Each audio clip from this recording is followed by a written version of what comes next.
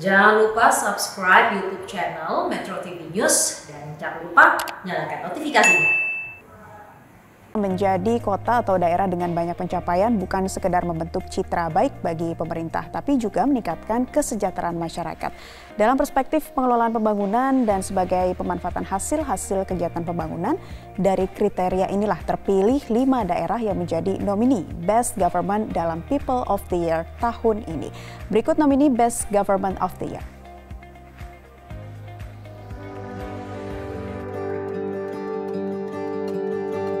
Menjadi kota percontohan dan mendapat berbagai penghargaan, tentu impian setiap kepala daerah. Untuk itu dibutuhkan kerjasama dan sinergi antara pemerintah dengan masyarakat demi tercapainya keberhasilan pembangunan. Masyarakat menjadi elemen penting yang harus dilibatkan dalam segala program perencanaan, pelaksanaan, serta evaluasi pembangunan, karena merekalah yang mengetahui permasalahan dan kebutuhan dalam membangun wilayahnya. Itulah yang sudah dilakukan oleh kepala daerah dari 5 kota yang menjadi nomini The Best Government Officer dalam People of the Year 2020. 5 kota tersebut ialah Bogor, Semarang, Padang, Palembang, dan Gorontalo. Salah satu yang menjadi tolak ukur terpilihnya kota-kota ini ialah meningkatnya indeks pendapatan asli daerah terhitung sejak tahun 2018 hingga 2019.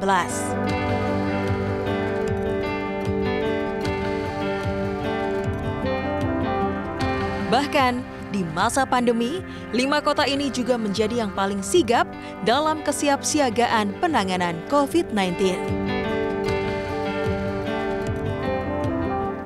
Ya, dan pemirsa, untuk membahas lebih lanjut mengenai People of the Year 2020, nominasi Government Officer of the Year, kita akan berbincang langsung dengan kelima nominasi. Namun sebelumnya yang sudah bergabung bersama kami di segmen kali ini ada Wali Kota Palembang, Bapak Harno Joyo, dan juga Wali Kota Padang, Mahyildi Ansrullah. Selamat pagi, Pak Harno Joyo, Pak Mahyildi. Selamat pagi, Mbak Naila. Iya, saya ke Pak Harno Joyo terlebih dulu nih Pak. Indeks pembangunan manusia di Kota Palembang melebihi tingkat provinsi dan nasional, yakni 78,89%. Bagaimana bisa begitu signifikan, bahkan melampaui nasional Pak? Apa saja yang Anda rancang dan terapkan untuk Kota Palembang? Ya, terkait dengan kenaikan EPM di Kota Palembang ini tidak terlepas dari 3 indikator. Yang pertama terkait dengan kesehatan, kemudian pendidikan maupun pertumbuhan ekonomi. Alhamdulillah, kesehatan di Kota Palembang semakin tahun semakin menaik. Sekarang ini angka harapan hidup masyarakat Kota Palembang sudah mencapai 70,5 tahun. Ini kita sangat bersyukur. Tentu hal ini, kesehatan ini terus membaik dengan berbagai program yang kita lakukan, utamanya dukungan anggaran. Anggaran sesuai dengan amalan undang-undang ini untuk kesehatan 10% dari APBD. Alhamdulillah, Kota Palembang selalu menganggarkan lebih dari amanat undang-undang. Tahun ini kurang lebih kita selalu 14, 15% dan 16% itu sebagai tahun. Kemudian tentu didukung juga dengan beberapa program yang diantaranya program terkait dengan peningkatan gizi masyarakat melalui aksi kepolisian percepatan penurunan stunting. Kemudian program upaya kesehatan masyarakat melalui BPJS. Alhamdulillah Kota Palembang sudah OHC sampai 96%. Artinya target yang diberikan BPJS sudah 96%. Tinggal 4% masyarakat yang berhak mendapatkan BPJS yang belum dilaksanakan. Kemudian kita juga melakukan pencegahan dan pengobatan penyakit menular seperti TB dan paru, serta melaksanakan berbagai inovasi terkait dengan kesehatan. Di antaranya setiap hari Rabu diwajibkan di seluruh puskesmas untuk ada taman bacaan. Saya juga ingin dari ke sisi pendidikan, Wali Kota Padang, Pak Mahyildi. Ya, saya ingin ke Dari Pak sisi Mahyildi pendidikan juga, di juga, tengah ini pandemi juga virus corona saat ini, Pak, terlepas dari Kota dukungan Padang anggaran berhasil mengukir ya. prestasi peringkat 3 nasional pada penghargaan pembangunan daerah tahun 2020. Bagaimana bisa tetap unggul di tengah pandemi seperti saat ini? Aksi di masyarakat, ya, ini upah seperti pertumbuhan ekonomi. Alhamdulillah Kota Palembang semakin tahun semakin membaik pertumbuhan ekonomi. Dan di tahun 2019 ini 5,9%, pencapaian ini melebihi target nasional maupun provinsi. Nah, per kapita Kota Palembang juga sudah mencapai 15 juta lebih per tahun. Nah, ini tentu dengan berbagai program yang kita lakukan. Di antaranya Kota Palembang memberikan fasilitas kepada usaha kecil menengah setiap tahun kurang lebih 4.000 UKM yang kita berikan kredit tanpa bunga. Artinya bunga ini kita subsidi, kita berikan hibah ini melalui Bank BPR Kota Palembang. Jadi setiap tahun itu kita berikan. Selain daripada program-program yang lain. Nah, kembali ke pendidikan tadi, kita bersyukur juga ini semakin baik. Rata-rata lama sekolah di Kota Palembang ini sudah mencapai 14 tahun. Ya. Nah, ini tentu kami juga memberikan inovasi-inovasi terkait dengan sekolah. Di antara inovasi filial, sekolah formal yang namanya selfie, ya, sekolah selfie, sekolah filial. Jadi sekolah anak narapidana. Jadi bekerja sama dengan lapas kelas Pak Teo, ya. Kami anak narapidana berhak untuk mendapatkan pendidikan. Begitu baik, juga Pak Harnojoyo. Program Poltabas, program tidak boleh berhenti sekolah. Ini ditujukan kepada anak putus sekolah. Pak Harnojoyo. Alhamdulillah, tahun 2018 anak putus sekolah di Kota Palembang kurang lebih 1.278. Sekarang menurun ya sampai 700, tinggal ada 400-an lagi. Baik, jadi Bapak, itu Pak Harnojoyo, terkait program layanan tak boleh berhenti sekolah ini siapa saja yang menjadi target programnya, Pak? Program anak putus sekolah, anak jalanan, yang kemudian anak yang putus sekolah, Mbak Naila, ya, target kita. Bersyukur tadi penurunannya jelas. Jadi 1.278 di 2018, sekarang sudah menjadi tinggal 491, ada 700-an. Baik. Pak Harnojoyo, Wali Kota Palembang, terima kasih sudah bergabung bersama kami di Selamat Pagi Indonesia kali ini. Dan sebelumnya kami memohon maaf atas kendala komunikasi bersama dengan Wali Kota Padang, Pak Mahyildi Ansrullah. Namun kami nanti akan mencoba menghubungi di segmen berikutnya. Dan masih ada 3 Wali Kota lain atau 4 juga bersama dengan Wali Kota Padang. Nanti akan kami hadirkan untuk Anda. Melanjutkan perbincangan yang tadi, kami masih menghadirkan peraih People of the Year 2020 kategori Best Government Officer. Dan kita langsung saja wawancara keempat kepala daerah yang sudah bergabung bersama kami. Ada tokoh masyarakat Semarang, Bapak Hendra Prihadi, selamat pagi.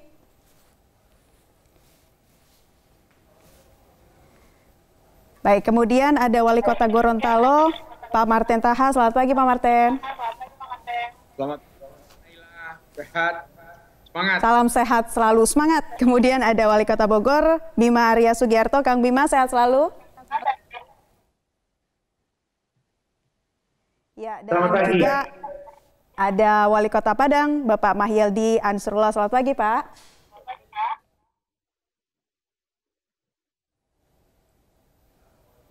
Pak Mahyildi sudah mendengar suara saya? Ya, alhamdulillah. Selamat pagi, Mbak Naila. Baik, tadi karena Pak Mahyildi sempat terputus di segmen sebelumnya, saya ingin menanyakan kembali di tengah pandemi virus corona atau COVID-19 saat ini.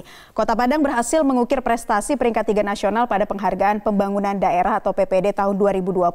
Bagaimana bisa tetap unggul di tengah pandemi, Pak Mahyildi? Ya, alhamdulillah kita pada tahun 2020 ini mendapat penghargaan dalam perencanaan daerah yang ketiga secara nasional. Sesungguhnya ya target penghargaan itu sebetulnya bukan menjadi tujuan utama kita, akan tetapi adalah bagaimana kinerja yang kita berikan untuk daerah itu bisa lebih baik dan lebih maksimal. Nah, di dalam perencanaan kita di Kota Padang, kita tentu yang akan kita bangun, yang akan kita perbaiki tentu adalah permasalahan-permasalahan yang ada di daerah, ya, yang juga dihadapi oleh masyarakat. Apalagi pada saat sekarang ini, pembangunan itu bukan hanya sekedar kita menggunakan anggaran, tapi bagaimana pembangunan yang kita lakukan menjawab permasalahan yang ada di masyarakat. Baik, Nah, baik. karena memang kita harus menjawab permasalahan yang ada di masyarakat, tentu kita harus tahu persis ya apa yang menjadi masalah. Untuk itu Apa yang kita menjadi masalah? Tahu persis apa yang menjadi masalah. Pak Mayildi, berkomunikasi tahan dulu. secara maksimal dengan masyarakat. Iya, saya juga ingin ke Pak Hendra Prihadi. Bapak sudah kembali mendengar suara saya di studio, Bapak? Dan Pak Hendra Prihadi, selamat pagi. Iya, sepertinya tokoh masyarakat Semarang Hendra Prihadi belum bisa mendengar suara saya. Kemudian saya akan ke Wali Kota Gorontalo, Pak Martin Taha. Kegiatan itu. Ya, selamat pagi Mbak Naila. Iya, ya. Pak Martin, ada yang menarik nih. Anda membuat inovasi bertajuk gratis dari lahir hingga mati. Ini bagaimana dan siapa yang disasar sih Pak? Serta dari mana alokasi anggaran untuk itu Pak? Baik, itu adalah bahasa program. Pada dasarnya bahwa gratis lahir sampai mati itu adalah pemenuhan kebutuhan dasar masyarakat, terutama bagi mereka yang tidak punya kemampuan. Dengan pertimbangan bahwa ketika kita menelurkan program dalam rangka untuk peningkatan kesejahteraan masyarakat, tetapi pada sisi lain kita tidak memperhatikan atau mengintervensi tentang kebutuhan-kebutuhan dasar mulai dari kesehatan, pendidikan, usaha sampai dia meninggal, maka itu tidak akan bisa merubah posisi daripada masyarakat itu sendiri, selalu dia miskin terus. Maka oleh karena itu harus diperhatikan kebutuhan dasarnya. Kenapa dibahasakan gratis lahir sampai mati? Karena dari urusan mulai dari melahirkan sampai dengan biaya pemakaman itu menjadi tanggungan dari pemerintah Kota Gorontalo untuk mengintervensi bagi mereka yang tidak mempunyai kemampuan di bidang ekonomi, yaitu gratis biaya melahirkan, gratis biaya pengurusan KTP KK, biaya gratis kesehatan, gratis biaya pendidikan, gratis biaya pengurusan usahanya, usaha kecil, gratis biaya akte nikah, dan gratis biaya pemakaman. Nah itu saya namakan gratis lahir sampai mati. Dan ini bisa memberi efek yang sangat luar biasa terhadap peningkatan indeks pembangunan manusia kita. Dari 68 pada tahun 2014 sekarang sudah 77,45. Ya, jadi sudah mengalami kenaikan yang cukup signifikan, Pak Martin ya. Baik, selanjutnya saya ingin ke Kang Bima. Kang Bima, di bawah kepemimpinan Anda, Kota Bogor meraih penghargaan rating Kota Cerdas untuk pertama kalinya. Memang sebelumnya bagaimana sih kondisi dan gebrakan apa yang dilakukan sehingga mendapat penghargaan ini, Kang?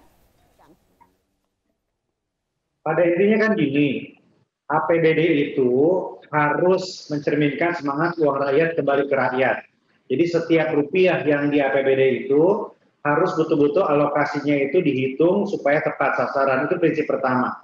Nah, prinsip kedua adalah bagaimana kita memaksimalkan seluruh perangkat informasi teknologi yang ada untuk memudahkan urusan warga dan menjalankan pemerintahan yang efektif dan efisien begitu.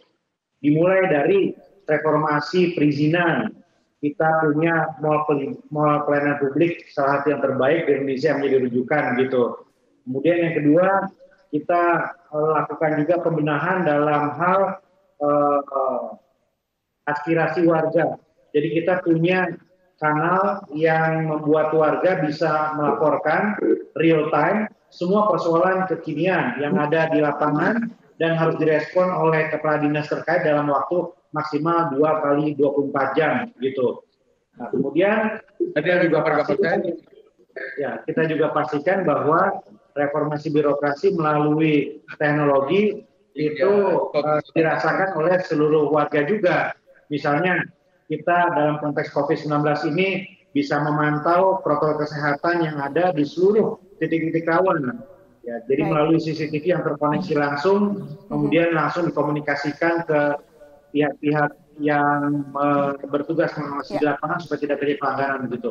Jadi intinya adalah bagaimana pelayanan publik menjadi lebih mudah, menjadi lebih cepat, menjadi lebih transparan dengan memaksimalkan teknologi informasi dan tidak perlu mahal, Contohnya tadi aplikasi aduan warga itu dibuat oleh anak muda yang sebetulnya kualitasnya baik. Tidak berbeda jauh dengan layanan yang ditawarkan oleh memanfaatkan teknologi informasi dengan harga yang terjangkau, tidak perlu mahal ya, Kang Bima. Kita coba menyapa kembali Pak Hendrar Prihadi yang sudah bergabung. Pak Hendrar, apakah sudah mendengar kembali suara saya? Mbak Naila, apakah sudah bisa dengar suara saya? Sudah, saya sudah jelas mendengar suara Bapak.